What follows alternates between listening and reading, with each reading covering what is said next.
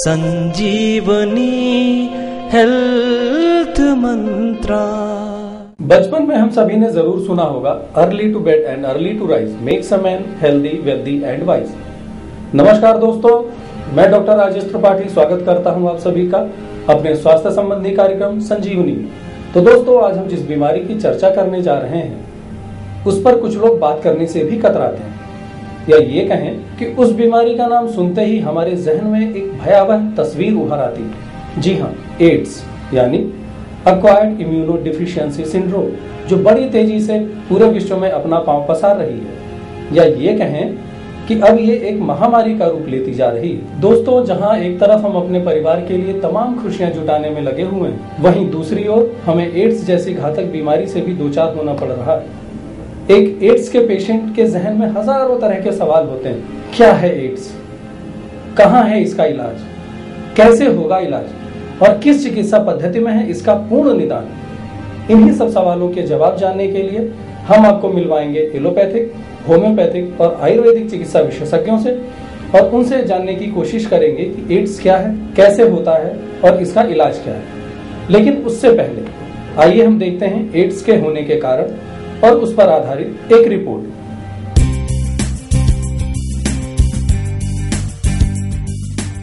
Ads usually body fluid से exposure से होता है, यानी कि सलाइवा है, सेमेन है, वेजाइनल फ्लूइड है एंड ब्लड है।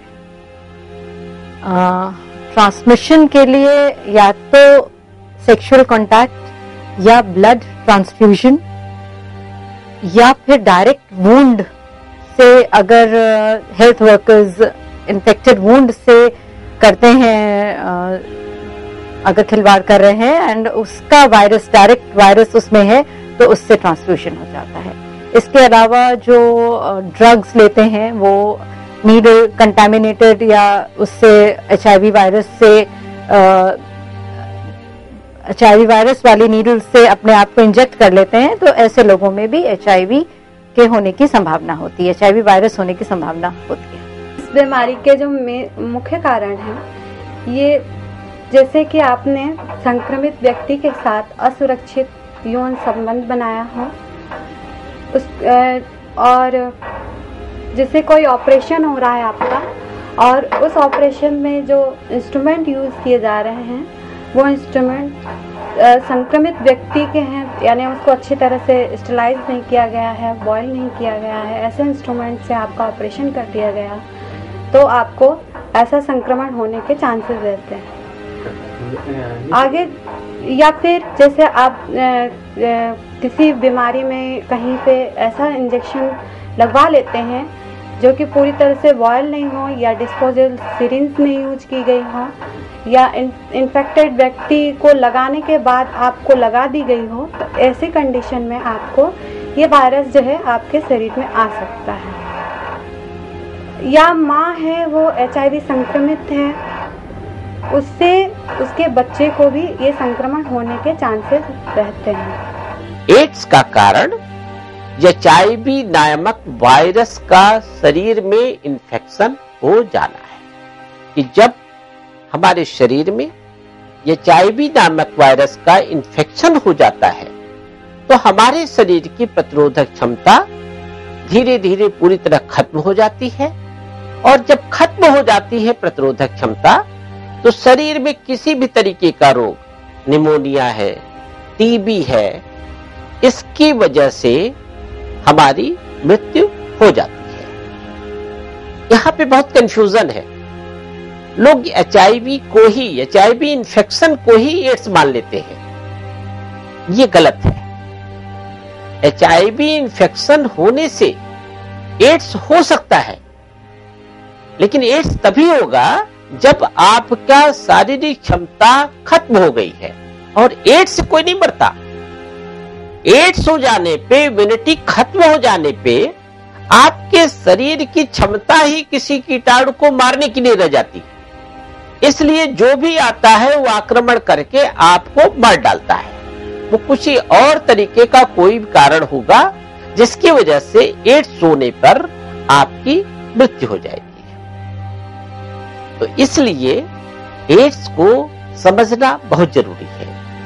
HIV को ही एड्स नहीं मान लेना चाहिए। और इसका आधुनिक चिकित्सा में जो कैसे पता चले कि आपको एड्स है, इसके लिए हमारे CD4 के पैरामीटर को माना गया है कि अगर CD4, अगर T सेल्स आपके 200 से कम है तो आपको एड्स है, यानी आपकी इम्यूनिटी खत्म हो गई है। और अगर 200 से ऊपर है तो अभी आपकी इम्यूनिटी पूरी तरीके से बरकरार है। तो HIV होने के बाद भी अगर आपकी इम्यूनिटी का जो पैरामीटर है वो अगर CD4 और T सेल्स आपके अप टू द मार्क है तो अभी आपको एड्स नहीं हुआ है। इस बात को समझ लेना बहुत जरूरी है। एड्स को लेकर पूरी दुनिया में चिंता और भय का माहौल कायम हो चुका है।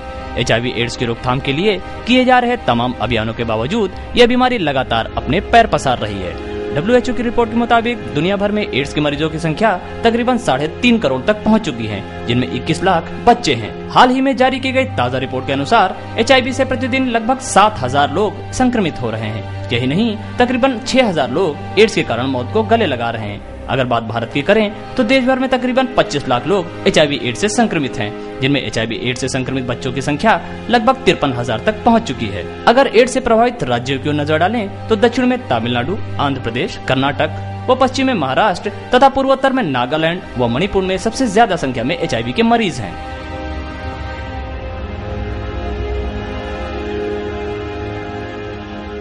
तो देखा दोस्तों, असुरक्षित यौन संबंध, इस्तेमाल की गई सुई और ब्लड डोनेशन के समय थोड़ी सी लापरवाही हमें एड्स जैसी घातक बीमारी को झेलने के लिए मजबूर करती है। आखिर क्या है एड्स का इलाज?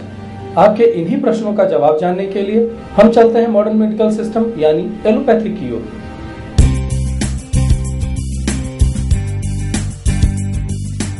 वायरस जब एंटर करता है उसके बाद फर्स्ट सिम्टम ये होता है कि उसको पहली चीज तो हिस्ट्री से वो भी थोड़ा बहुत जानता है कि उसको HIV हो जाने की संभावना है। उसमें फीवर आता है, रैशेस होते हैं बॉडी में, कभी कभी मेनिंजाइटिस भी होती है। धीरे धीरे ये फेज खत्म हो जाता है, 3 हफ्ते तक 6 हफ्ते तक के बीच में ये फेज सबसाइड हो जाता है। उसके बाद सेकेंड फेज में जब वो लैंड अप करता है तो उसमें लिम्फ नोड्स एनलार्जमेंट, ग्लैंड्स का एनलार्जमेंट हो जाता है बॉडी में, लिम्फेडेनोपैथी बोलते हैं। और उसके बाद ग्रेजुअली एड्स के सिंड्रोम, जिसमें कि क्रॉनिक डायरिया यानी कि 1 महीने से ज्यादा तक लंबा डायरिया अगर चल रहा है या 1 महीने से ज्यादा 100 डिग्री के आसपास का टेम्परेचर आ रहा है जा रहा है, या फिर परसिस्टेंट कफ, खांसी बनी हुई है, 1 महीना हो गया है खांसते हुए, तो इन सब चीजों से जो है, या मुंह में कैंडिडा इन्फेक्शन या ये जो फफूंद जैसा लग जाता है वैसा मुंह के अंदर होने लगता है, बार बार हर्पीज वायरस का इन्फेक्शन होता है, ये सारी चीजें सिम्टोमेटोलॉजी होती है जिसमें कि ये पेशेंट को ये सस्पेशन होना चाहिए कि उसको वो एड्स से ग्रसित हो रहा है।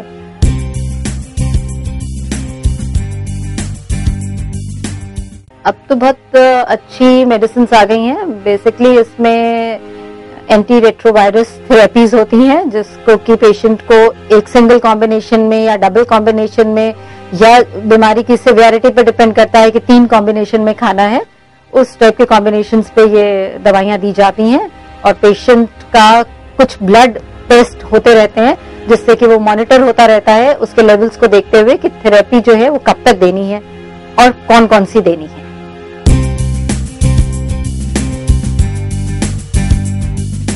7 से 8 हफ्ते में CD4 काउंट टुवर्ड्स नॉर्मल आने लगता है। बस यही है कि काउंट नॉर्मल आने के बाद फिर ऐसा नहीं है कि पेशेंट को घर भेज के कहा जाए कि अब आप दोबारा नहीं मिल रहा है। उसका CD4 काउंट समय समय पर होता रहना चाहिए ताकि पेशेंट हमेशा मॉनिटरिंग में रहे और हम उसको एड्स में HIV पेशेंट, HIV पॉजिटिव को एड्स जैसे सिंड्रोम में टर्न अप होने से बचा लें।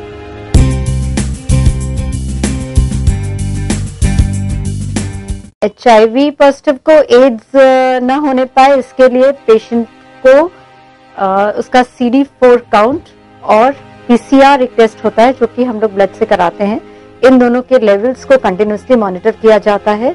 अगर काउंट 350 सेल्स पर मिलीमीटर से कम आ रही है सेल्स की और CD4 सेल्स की, उस कंडीशन में या PCR जो टेस्ट होता है उसकी हमें कॉपीज देखनी होती हैं। उस कॉपीज का भी सर्टेन लेवल होता है। इन कॉपीज को मॉनिटर करते हुए हम पेशेंट को एंटी रेट्रोवायरल थेरेपी शुरू कर देते हैं और ऐसे पेशेंट्स फिर HIV पॉजिटिव से एड्स में नहीं कन्वर्ट होते हैं।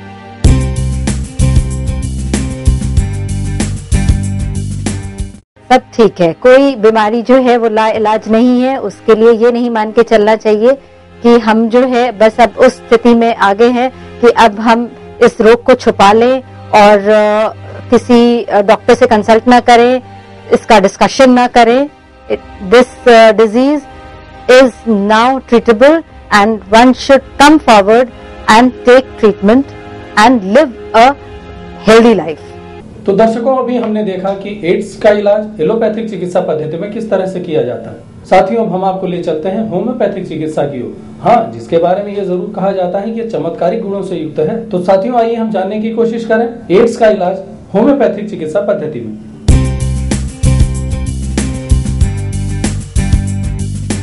इसके मेन सिम्टम्स तो ये होते हैं, व्यक्ति दिन पर दिन कमजोर होता जाता है, बार बार उसे सर्दी, खांसी, जुकाम आने लगते हैं, बुखार आने लगता है, कई दिनों तक चलने वाला बुखार होता है, दस्त होते हैं, लगातार महीनों तक चलने वाले दस्त होते हैं, मुंह में छाले हो जाते हैं, अल्सर होने लगते हैं, शरीर पे कई प्रकार के दाने होने लगते हैं।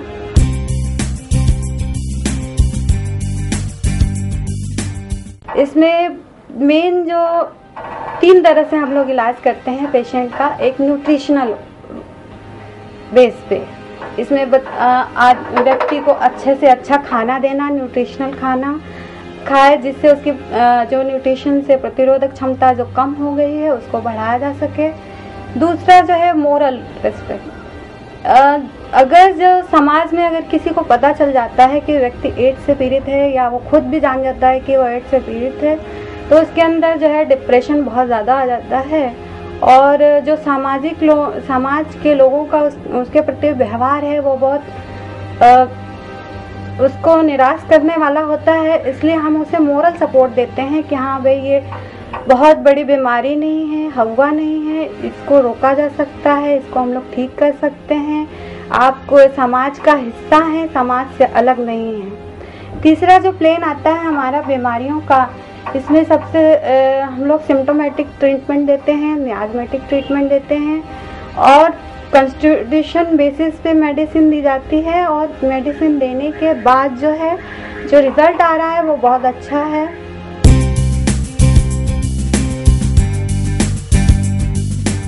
जैसे कि जो HIV ग्रसित व्यक्ति हैं उनको एड्स को जो कन्वर्ट होने की जो ड्यूरेशन है उसको हमने बहुत लॉन्ग तक कर लिया। जैसे कि पहले 5, 6 या 10 साल के अंदर जो है HIV पेशेंट जो है एड्स से ग्रसित हो जाते थे, लेकिन हम इसको बढ़ाते जा रहे हैं और जो हेल्थ है HIV संक्रमित व्यक्तियों की वो बढ़ती जा रही है। इसलिए जो है जो 5 साल में HIV वाले पेशेंट एड्स से संक्रमित हो रहे थे वो हम 20 या 25 साल तक या उनका जो जीवन है वो और आगे बढ़ाते जा रहे हैं।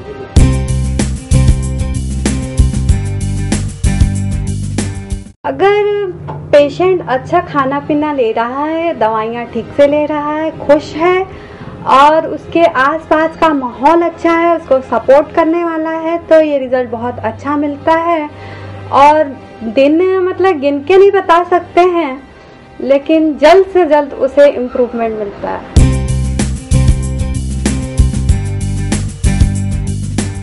एड्स जो है कोई हवा नहीं है, डरने की बीमारी नहीं है, ये है कि इसके बारे में आप जानते रहिए और इलाज से अच्छा है कि रोकथाम इसकी करें, इसको प्रिवेंट करें। ट्रीटमेंट से अच्छा है कि इसे प्रिवेंट करें और इसके बारे में जानते रहें, कैसे फैलता है, कैसे रोक सकते हैं और अपने ऊपर संयम रख के, कंट्रोल करके और इसको रोकने की सारी विधियों का उपाय करके हम इसको आगे बढ़ने से रोक सकते हैं।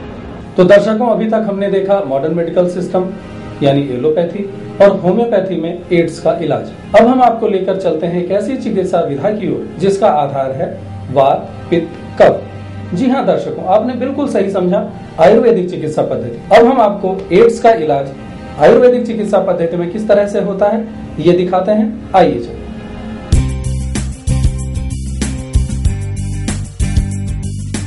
देखिए, आयुर्वेद में ये रोग क्या है? इम्यूनिटी का घटना। और जैसे आपने च्यवनप्राश का ही नाम सुना होगा, हमारे आयुर्वेद में ऐसी बहुत सी दवाइयां रही हैं जो शरीर की प्रतिरोधक क्षमता को बढ़ाने के लिए हमारे यहां काफी अनुसंधान हुआ था। और हम क्या करते हैं आयुर्वेद में?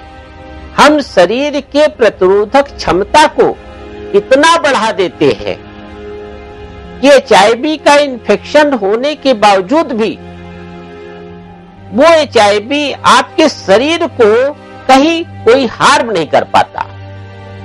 देखिए, आयुर्वेद का जो चिकित्सा का सिद्धांत है वो किलिंग द वायरस नहीं है, जीवाणु के नष्ट करने का नहीं है, बल्कि जीवाणु के प्रति हम अपने शरीर की इतनी प्रतिरोधक क्षमता बढ़ा दें कि जीवाणु होने के बावजूद भी हमारे शरीर का कुछ न बिगाड़ पाए। देखिए, हमारे शरीर में हर वक्त न जाने कितने टाइप के वायरस, न जाने कितने टाइप के बैक्टीरिया हमारे शरीर में हमेशा विद्यमान रहते हैं। अभी थूक का सैंपल ले ले, अभी अपने ब्लड तो इस तरीके के होते ही होते हैं, लेकिन हमारे शरीर की जब प्रतिरोधक क्षमता जबरदस्त होती है तो हमारा कुछ नहीं बिगाड़ पाते हैं। और जब प्रतिरोधक क्षमता खत्म हो जाती है तो वही रोग हमारे मृत्यु का कारण बनता है। तो प्रतिरोधक क्षमता को बढ़ाने के लिए हमारे आयुर्वेद में हमारे ऋषियों ने बहुत काम किया हुआ है। उन्हीं अनुसंधानों को आधार बना करके लावण्य ने एड्स की चिकित्सा पूरी तरीके से ढूंढ निकाली है।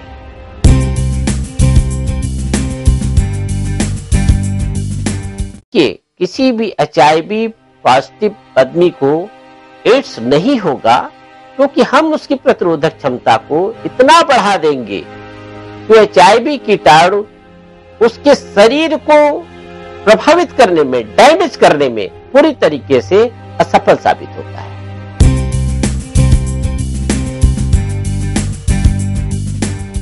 देखिए, हमारे यहां जो अभी तक जो रिजल्ट्स आए हैं, परिणाम आए हैं, उनके आधार पे 1 से 2 महीने के अंदर जो उनका CD4 है उसमें इंप्रूवमेंट निश्चित रूप से आ जाता है।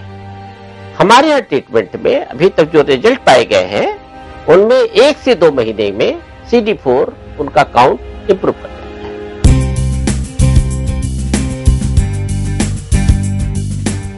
है। एड्स से ग्रसित होने वाला इंसान की जो सबसे बड़ी समस्या है वो है एड्स से आदमी कम मरता है, एड्स के डर से आदमी आधा मर जाता है। तो जो सबसे बड़ी जो प्रॉब्लम है एड्स के मरीज के साथ कि उसे पता चलते ही उसके अंदर एक ऐसा डर पैदा हो जाता है, ऐसी एक मनोस्थिति पैदा हो जाती है कि वो समझता है कि अब तो हम कुछ ही दिन में मर जाएंगे। और जब इस तरीके की किसी भी आदमी के मनोस्थिति पैदा हो जाएगी तो निश्चित रूप से एड्स से तो बाद में उसका HIV की वजह से तो उसका बाद में उसकी शारीरिक क्षमता घटेगी, प्रतिरोधक क्षमता घटेगी। लेकिन जिस आदमी की मानसिक स्थिति ऐसी हो गई है कि उसे ये लगे कि अरे अब तो हमें मरना ही है, तो उसी दिन से, तो उसी समय से उसकी जो प्रतिरोधक क्षमता है वो पूरी तरीके से घट जाती है और वो एक सरेंडर हो जाता है, अपनी जिंदगी से पूरी तरीके से निराश हो जाता है। इसलिए उसकी प्रतिरोधक क्षमता HIV की वजह से बाद में घटती है, उसके डर की वजह से पहले ही घट जाती है। तो जो सबसे बड़ी बात है कि आयुर्वेद का साथ लेकर के एक अच्छी लड़ाई के लिए, एक जिंदगी की लड़ाई के लिए उसे अपने आप को मानसिक बल के साथ में, विल पावर के साथ में, इस मानसिक स्थिति के साथ में, इस मानसिक संकल्प के साथ में कि हमें जीना है, एड्स से लड़ना है और एड्स अपनी प्रतिरोधक क्षमता को किसी कीमत पे घटने नहीं देना है और HIV से लड़ करके HIV को परास्त करना है, इसके लिए आयुर्वेद उनके साथ है, लावण्य के रिसर्चेज उनके साथ है। यदि वो रेगुलर डायग्नोस्टिक सिस्टम के द्वारा, आधुनिक चिकित्सा के डायग्नोस्टिक सिस्टम के द्वारा उन रिजल्ट को देख सकते हैं और देख करके दुनिया से, हम एड्स से दुनिया को बचा सकते हैं और HIV वायरस को पूरी तरीके से परास्त कर सकते हैं। इसके अलावा हमारे यहाँ आयुर्वेद में जब वायरस पेस्ट कोई भी रोग होता था, आज तक दुनिया में किसी भी वायरस का मार डालने का, किल करने की क्षमता हमारे आधुनिक चिकित्सा में काफी रिसर्च करने के बाद भी वो नहीं पाई गई है। लेकिन जब पहले के जमाने में, जब आधुनिक चिकित्सा का नामो निशान नहीं था, उस समय जब इस तरीके के जनपदों ध्वंस बीमारियां जैसे प्लेग है, हैजा है, ऐसे वायरस बेस्ड बीमारियां होती थी, तो लोग सामूहिक यज्ञ करते थे। जड़ी बूटियों की सामूहिक यज्ञ की परंपरा हमारे यहां थी, जिसके द्वारा हम नेचर में जो वायरस का इफेक्ट आ चुका है उसको हम डिसेबल करने का प्रयास करते थे। लावण्य ने जड़ी बूटियों की उस यज्ञ की थेरेपी को, उस धूपन की थेरेपी को आगे बढ़ाते हुए उसके अपने रिसर्च का आधार बनाया है कि वायरस को मारने में वो कहां तक सफल है, और ऐसे जड़ी बूटियों का खोज किया है, उनके द्वारा हम वायरस के प्रभाव को पूरी तरीके से खत्म कर सके, वायरस को डिसेबल कर सके, वायरस को मार सके। इस दिशा में हमारा काम आगे बढ़ा हुआ है। और हाँ, आज की तारीख पे HIV होने के बाद भी आपको एड्स नहीं होगा, ये हमारे परिणामों से पूरी तरीके से साबित है। तो देखा दर्शकों आपने, क्या है एड्स जैसी जानलेवा बीमारी का इलाज अलग अलग पैथियों में। संजीवनी के माध्यम से हम आपको देते हैं आपकी समस्याओं का समाधान, क्योंकि जानकारी न होने के कारण बहुत सारे लोग इधर उधर भटकते रहते हैं, और इसी भटकाव को दूर करने का मंच है संजीवनी। आपकी समस्याओं पर हम अलग अलग पैथी के विशेषज्ञों से आपको इसी तरह से मिलवाते रहेंगे। फैसला आपको करना है कि आपको किस पैथी से अपना इलाज करवाना है, ताकि हम सभी रह सकें चुस्त, दुरुस्त और तंदुरुस्त। तो दर्शकों, अब चलने का समय हो रहा है। अगली बार हम आपसे मिलते हैं अपने इसी कार्यक्रम में कुछ नई जानकारियां, कुछ नए विशेषज्ञों के साथ। धन्यवाद। संजीवनी हेल्थ मंत्रा।